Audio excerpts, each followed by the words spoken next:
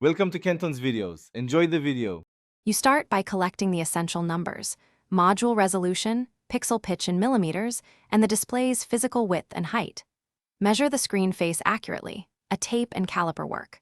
Once done, convert units to millimeters if needed and compute modules per meter. You need these inputs to derive pixel counts horizontally and vertically. Make sure to note desired viewing distance because it informs acceptable pitch and perceived resolution. This guides choices later when calculating final resolution. Now calculate pixels across and down. Divide the screen width in millimeters by the pixel pitch to get horizontal pixels, and repeat for height. Once you have raw counts, round to whole pixels and consider module tiling. Multiply module pixel counts by tile quantity. Next, derive the aspect ratio from those rounded counts and compare to standard resolutions.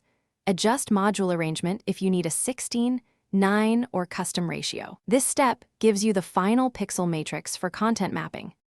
Finish by configuring your LED controller to the calculated horizontal and vertical pixel counts and load test patterns, grid, grayscale, and focus charts. You should check scaling behavior, color calibration, and any edge blending across panels. Once stable, confirm content plays without stretching.